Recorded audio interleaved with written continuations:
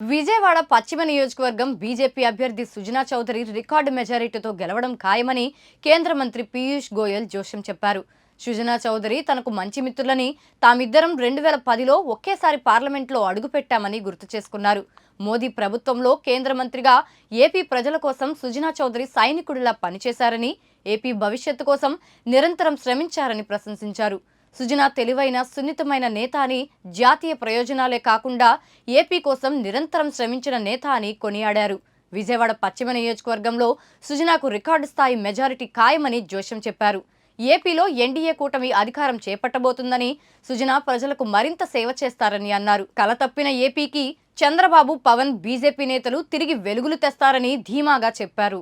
मान्य वाईएस चौधरी जी मेरे मित्र हैं और 2010 से ही जब हम दोनों ने साथ में राज्यसभा में प्रवेश किया, मैंने उनको एक बड़े संवेदनशील और आंध्र प्रदेश के लोगों के हितों के लिए जुझारू नेता के रूप में देखा है।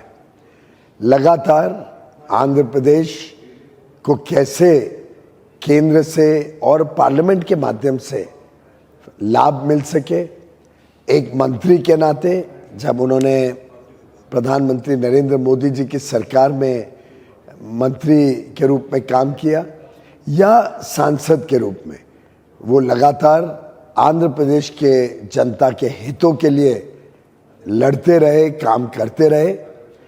मुझे याद है माननीय अरुण जेटली जी वित्त मंत्री थे, तब वाईएस चौधरी जी कई नए नए प्रयोग से, चाहे स्पेशल एक्ट ना भी हुआ हो, लेकिन उन्होंने इतने सारे लाभ आंध्र प्रदेश को दिलाए कि उसका फ़ायदा प्रदेश की जनता को आज तक मिल रहा है और आगे कई वर्षों तक मिलता रहेगा।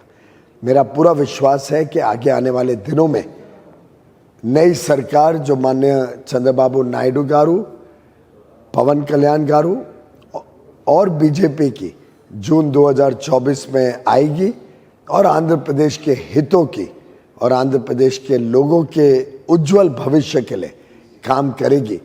उसमें तीनों पक्ष मिलके एक नया आंध्र प्रदेश, उज्जवल, उन्नत और विकसित आंध्र प्रदेश का काम करेंगे और वाईएस चौधरी साहब का उसमें अहम भूमिका रहेगी। बहुत बहुत धन्यवाद। I have worked very closely with my good friend and colleague YS Chaudhary ji. We both came into parliament in 2010 together, and ever since then I have found in him a very committed soldier of Andhra Pradesh. He has always stood for the rights and a better future of the people of Andhra Pradesh. Over the years where we worked together as ministers in the Modi government, I found a very intelligent yet sensitive minister who not only looked after national interests but was always committed for a better future for the people of Andhra Pradesh. I am indeed delighted that he is contesting for the state elections in Andhra Pradesh. I am very sure he will win with a record margin and serve the people of Andhra Pradesh in the new government which will be sworn in June 2024, where Chandrababu Naidu Garu, Pavan Kalyan Garu and the BJP will all work together to reinstate the lost glory of Andhra Pradesh. मेरे मित्र सुजना चौधरी जी एक बड़े कद के नेता हैं आंध्र प्रदेश के। 2010 से ही जब हम दोनों ने राज्यसभा में प्रवेश किया, मैंने इनके काम को बड़े गहराई से देखा है।